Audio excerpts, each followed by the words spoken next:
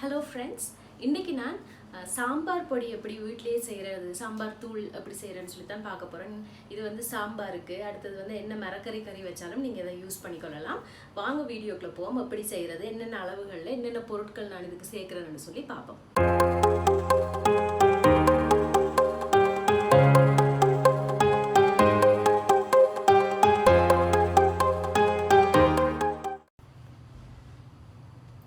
நான் ஒரு sauce pan ஒன்று வச்சுருக்கிறேன். நீங்கள் இரும்பு சட்டியில் வறுக்கலாம் அல்லது ஏதாவது ஒரு அலுமினிய தாச்சி அப்படி ஏதாவது வறுக்கலாம்.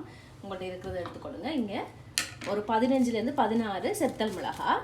நான் வந்து உரைப்பு எனக்கு எவ்வளோ வந்து தெரியும் இந்த மிளகாயில். அப்போ நீங்கள் சாம்பார் தூள் ஏதோ ஒரு தூள் செய்யக்க நீங்கள் வாங்குகிற மிளகாயை ஒரு நாள் 2 நாள் ஏதாவது கறிக்கு கிள்ளி போட்டு இந்த இந்த அதாவது கோவா சுண்டல் அதில் செய்ய கிள்ளி போட்டு அதில் காரம் எப்படி இருக்குது, உரைப்பு எப்படி இருக்குன்னு சொல்லி பார்த்துக்கொள்ளுங்க. அப்போ தான் நீங்கள் தூள் வகைகள் செய்யக்க அதுக்கேற்ற மாதிரி சேர்க்கலாம்.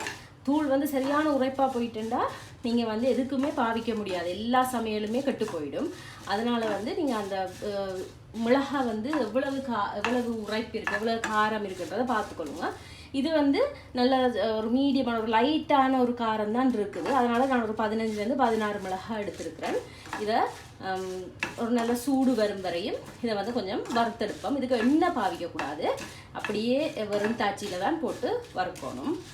நாங்கள் வந்து கொஞ்சமாக செய்கிற வழியாக நாங்கள் இதை அளவான சூட்டில் வறுத்தெடுத்தால் போதும். நிறைய நாங்கள் செய்யலை தானே, ஓரளவு சூடு வந்து ஒரு சாடியான வாசம் வரைக்கும் நாங்கள் இதை இறக்கிடலாம். இல்லாட்டிக்கு கருக விட்டுறக்கூடாது. கருகி கலர் மாறிட்டா தூளில் கலர் மாறிடும். இப்போ இது கொஞ்சம் நல்லா சூடு ஏறிட்டுது, இதுக்குள்ளே போட்டுருவோம். நான் ஒரு நிமிஷம் ஒரு 40 செகண்ட் கிட்ட இதை வந்து வறுத்திருப்பேன். அடுத்தது வந்து 4 டேபிள் ஸ்பூன் கொத்தமல்லி. ஒரு 15 மிளகாய்க்கு 4 டேபிள் ஸ்பூன் கொத்தமல்லி இதை போடுவோம். போட்டு இதை நல்லா வறுத்தெடுப்போம்.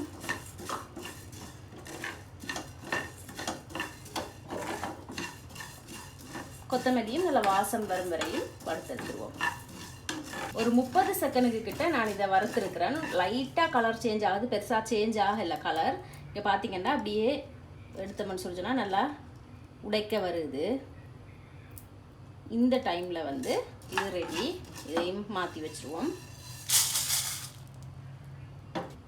அடுத்தது வந்து பருப்பு வகை. இதில் வந்து 2 டேபிள் ஸ்பூன் துவரம் பருப்பு, இது 2 டேபிள் ஸ்பூன் கடலைப்பருப்பு, இது வந்து 2 டேபிள் ஸ்பூன் துவரம் பருப்பு. இவ்வளோத்தையும் போட்டு ஒரு லைட்டான வாசம் நல்லா வரும் வரையும் வறுத்தெடுப்போம்.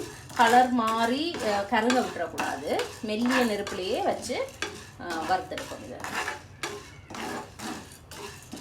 இப்போ இந்த பருப்பு வகை வந்து கிட்டத்தட்ட நான் ஒரு 1.5 நிமிஷம் வறுத்துருக்குறேன். ஏன்னா இந்த பருப்பு வந்து நீங்கள் கலர் மாறாமல் ஆனால் அதே நேரத்தில் நல்லா வறுபடணும். ஏன்னா பருப்பு வறுபடாட்டிக்குத்தான் பொடி வகைகள் இந்த சாம்பார் பொடியெல்லாம் பழுதா போகிறதுக்கு ரீசன் வந்து இந்த பருப்பு வந்து சரியாக வறுபடாமல் இருக்கிறது தான். அப்போ இது வந்து ஒரு கொஞ்சம் கூட மற்ற எல்லாத்தையும் விட கொஞ்சம் கூட வறுத்தெடுக்கணும். நல்ல ஒரு வாசம் வருது, ஸ்லைட்டாக கலர் சேஞ்ச் ஆக தொடங்குது. இந்த டைமில் எடுத்துருவோம்.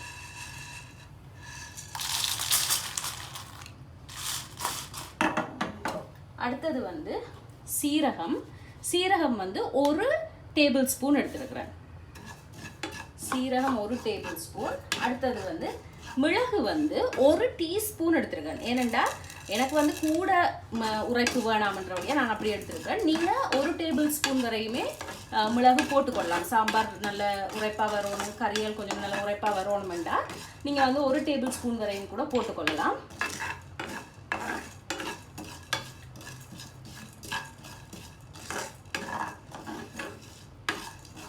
மிளகும் சீரகமும் நல்ல ஒரு வாசம் வரும் வரையும் வறுப்பம். ஒரு கிட்டத்தட்ட ஒரு 20 செகண்டுக்கு கிட்ட வறுப்பம்.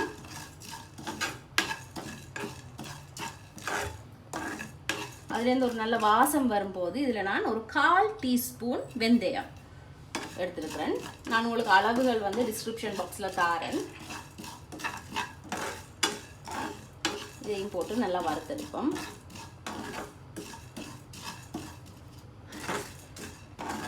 வெந்தயம் போட்ட பிறகு ஒரு 20 செகண்ட், அப்போ கிட்டத்தட்ட ஒரு 40 செகண்ட் இது மூண்டையும் போட்டு நல்லா வறுத்தெடுப்போம்.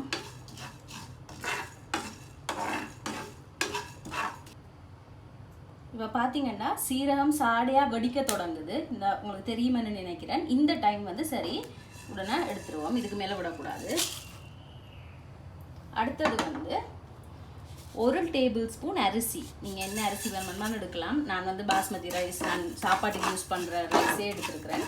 ஒரு கொஞ்சம் நேரம் வறுப்போம் சூடாகும் வரையும். அப்போ அரிசி தான் வந்து இதில் வந்து சாம்பாருக்கு வந்து நல்ல ஒரு திக்னஸ் கொடுக்குறது. வந்து இந்த மசாலாவை போட்டோன்னா திக்னஸ் வரதுக்கு ரீசன் வந்து அரிசி.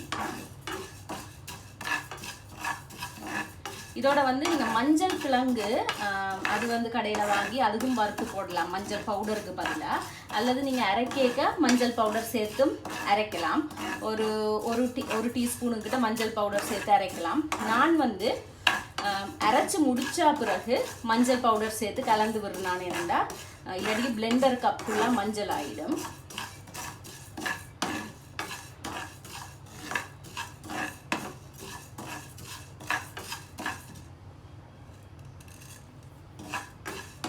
இது ஒரு 20 செகண்ட்ஸுக்கு கிட்ட நீங்கள் செய்தாலே போதும். கூட தேவையில்லை. ஒரு 15 to 20 செகண்டே அரிசி போதும்.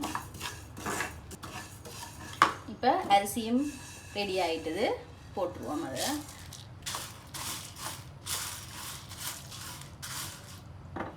அடுத்தது வந்து கருவேப்பிலை. நீங்கள் இன்னும் கொஞ்சம் கூட போட்டுக்கொள்ளலாம். கருவேப்பிலை நல்லா ஈரப்பதம் இல்லாமல் நல்லா வறுபடணும்.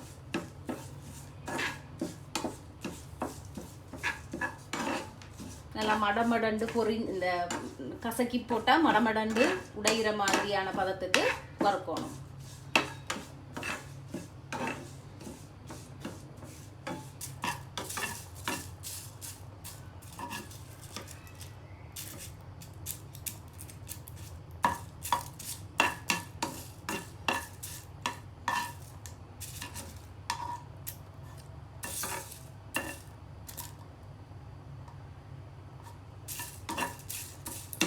இப்போ பார்த்தீங்கன்னா கருவேப்பிலை நல்லா வறுபட்டுட்டுது. உங்களுக்கு சத்தம் கேட்குமென்னு நினைக்கிறேன். பார்த்தீங்கன்னா இந்த இப்படி கையால் நசிச்சா அப்படியே வந்துடுது. அப்போ இப்போ இதுவும் ரெடி. இதையும் போட்டுட்டு அடுப்பு ஆஃப் பண்ணிடுவோம். ஆஃப் பண்ணிவிட்டு நான் இங்கே 1 டீஸ்பூன் பெருங்காயத்தூள் வச்சுருக்கிறேன். அதை போட்டு சும்மா ஒரு வறுத்துட்டு அதுக்கப்புறம் அதையும் சேர்த்து போட்டுருவோம். கட்டி பெருங்காயம் இருந்தால் ஒரு இன்ச்சை விட கொஞ்சம் குறைவாக. ஏன்னா கட்டி பெருங்காயம் கொஞ்சம் கூட ஃப்ளேவராக இருக்கும்.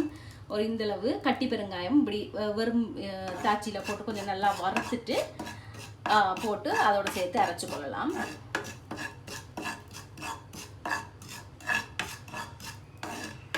இப்போ சும்மா ஒரு 10 செகண்ட் கூட செய்யக்கூடாது. அதையும் போட்டுட்டு இப்போ எங்கள் சாம்பார் பவுடருக்கு தேவையான எல்லா பொருட்களும் வந்து ரெடியாக இருக்குது. நல்லா ஆற விட்டுட்டு இதை வந்து நான் மிக்சியில் போட்டு எடுக்க போகிறேன். எடுத்துகிட்டு காட்டுறேன் உங்களுக்கு. நல்லா ஆற விட்டு நல்லா பிளெண்டரில் போட்டு அரைச்சி எடுத்துகிட்டு வந்துட்டேன். நல்லா அரைச்சிட்டிங்கன்னு சொன்னால் இரண்ட தேவையில்லை, அதாவது அரிக்க தேவையில்லை. நல்லா அரைப்பட்டுட்டது. உங்களுக்கு கலர் இன்னும் அந்த கடையில் வாங்குகிற கலர் மாதிரி வேணுமென்னு சொல்லிச்சோன்னா நீங்கள் காஷ்மீர் ரெட் சில்லி ஒரு 2-3 போட்டிங்கன்னு சொல்லிச்சோன்னா அந்த சிவப்பு கலர் மாதிரி வரும். இப்போ நான் வந்து இதுக்குள்ளே 1 டீஸ்பூன் மஞ்சள் தூள் போட்டு மிக்ஸ் பண்ண போகிறேன். இந்த அளவு தான் எடுத்துறேன் நான். இது 1 டேபிள் ஸ்பூன், 1 டீஸ்பூன். இது நான் எல்லா மெஷர்மெண்ட்டும் இது நான் அளந்துறேன். நல்லா மிக்ஸ் பண்ணிவிட்டு நாங்கள் இப்போ இதை பாட்டிலுக்குள்ளே நல்ல ஒரு ஏர் டைட்டான பாட்டிலுக்குள்ளே போட்டு வைப்போம்.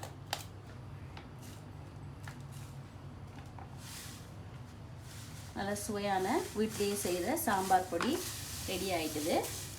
நீங்கள் இதை சாம்பார் மற்ற எல்லா மரக்கறி கறிகளுக்கும் நீங்கள் இதை பாவிச்சு கொள்ளலாம். நான் உங்களுக்கு அடுத்த வீடியோவில் இதை வச்சு எப்படி ஒரு சாம்பார் செய்கிறேன்னு சொல்லி காட்டுறேன். Sambar powder ready.